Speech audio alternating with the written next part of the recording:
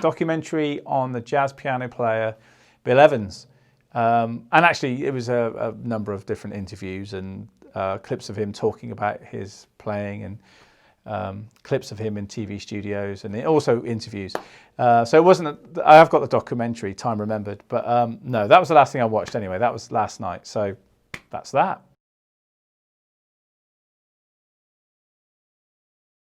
Okay, so on a general night out, not that I'd eat all these in the same night, but it'd be curry, Thai, Chinese, Greek, and then Italian. Everyone always says, what, Italian last? But, you know, I like a bit of spice in my food. So I'll say definitely curry, Thai, Chinese, Greek, Italian. There you go.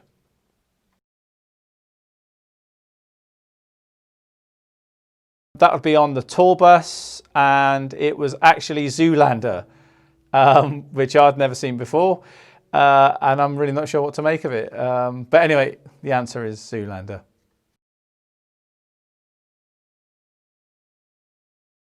Ooh, well, I'd like to say the upper, but the other band members always seem to get in there first. So I end up with the lower. But I quite like the lower bunk because you don't move around so much when the bus is travelling and turning corners and things. On the top one, you can be a bit like in a ship, you know, going backwards and forwards, side to side. So, yeah, the lower bunk.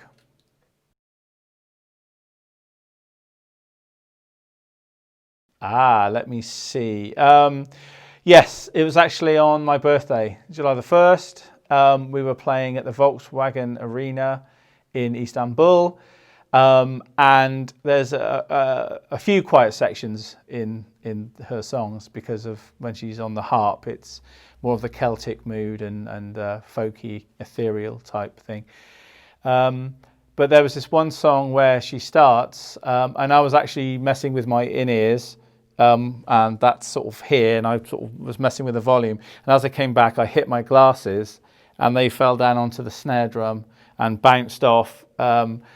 And I looked over to Johnny, who's my drum tech, and he just started laughing. And I thought, well, yeah, it's going to happen. It's my birthday night. There you go.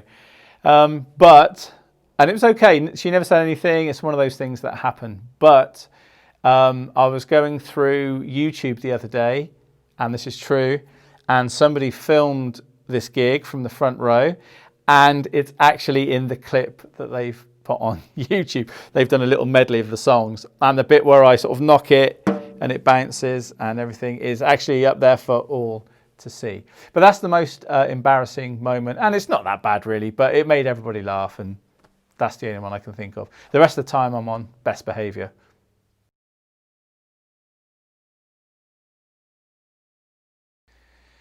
No one ever sends me an email to say this. Wikipedia will tell me, but I know for a fact that the two Laura Pausini albums that I've worked on, both have gone platinum.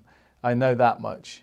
But for the other artists, hopefully there's a few silver discs knocking about or platinum discs somewhere with my name on, but I haven't got them. So the answer is no.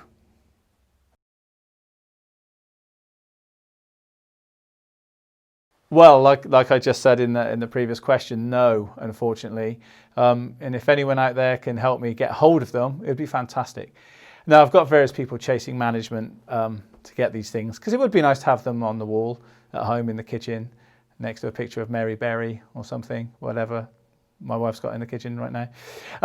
But no, I don't. But I do want them, yeah, because it'd be a lovely thing to sit there and look at. So, work in progress.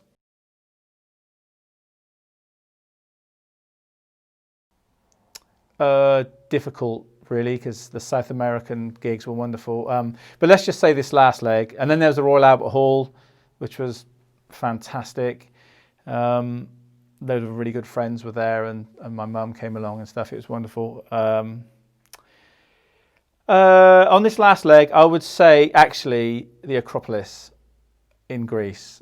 It was unbelievable. It was unbelievable showing up for the sound check in that heat as well, and we're all under shade and everything, and we all had our sun hats on and stuff and shades, and then just walk and then seeing those, I don't know how many thousand people out there, but just all sat there on that road seating, that they sit on in those amphitheatres. And then you just walk out, and it was just wonderful. And it was just getting dark, and after about an hour, the stars were coming. Oh, I could go on. It was wonderful. So I think the Acropolis, and I wish we'd filmed it, but I know some fans did film it, which they probably shouldn't have done. But yeah, I'll go with that one. That was a magical evening. But to be honest with you, every gig on the last tour was an amphitheatre or something like that. But yeah, the Acropolis, wow, amazing.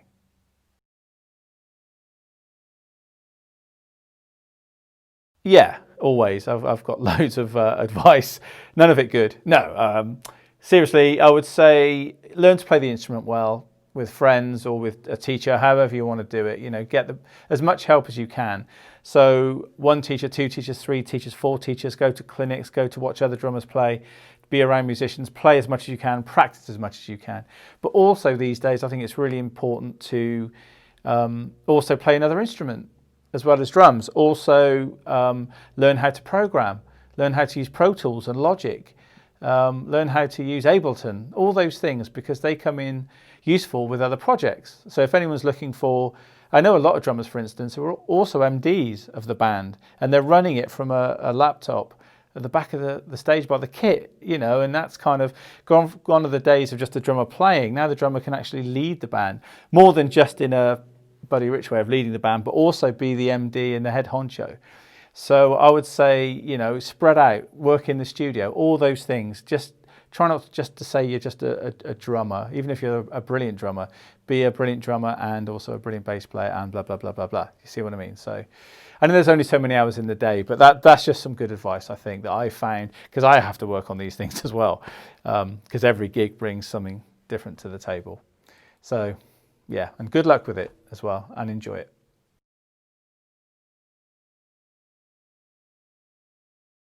Oh, okay. Well, there's a guy who signed to Blue Note Records called Kendrick Scott, who I've been listening to. His new album that this escaped me what it's called, but it's an amazing record, and I've been listening to it a lot. I love the drumming, I love his arrangements, I love the sound of the band, sound of the record. So that's kind of inspiring. So I'm checking him out quite a bit. Mark Giuliano still is amazing. I'm not tired of his playing at all. And just sort of discovering other favourites like Manu Katché, going back and listening to him with Peter Gabriel or Jan Garbarek. So I'm sort of rediscovering some of my old favourites again, actually. But I guess of the new school, I guess Kendrick Scott and Mark Giuliano are sort of floating the Rob Ryan boat at the moment.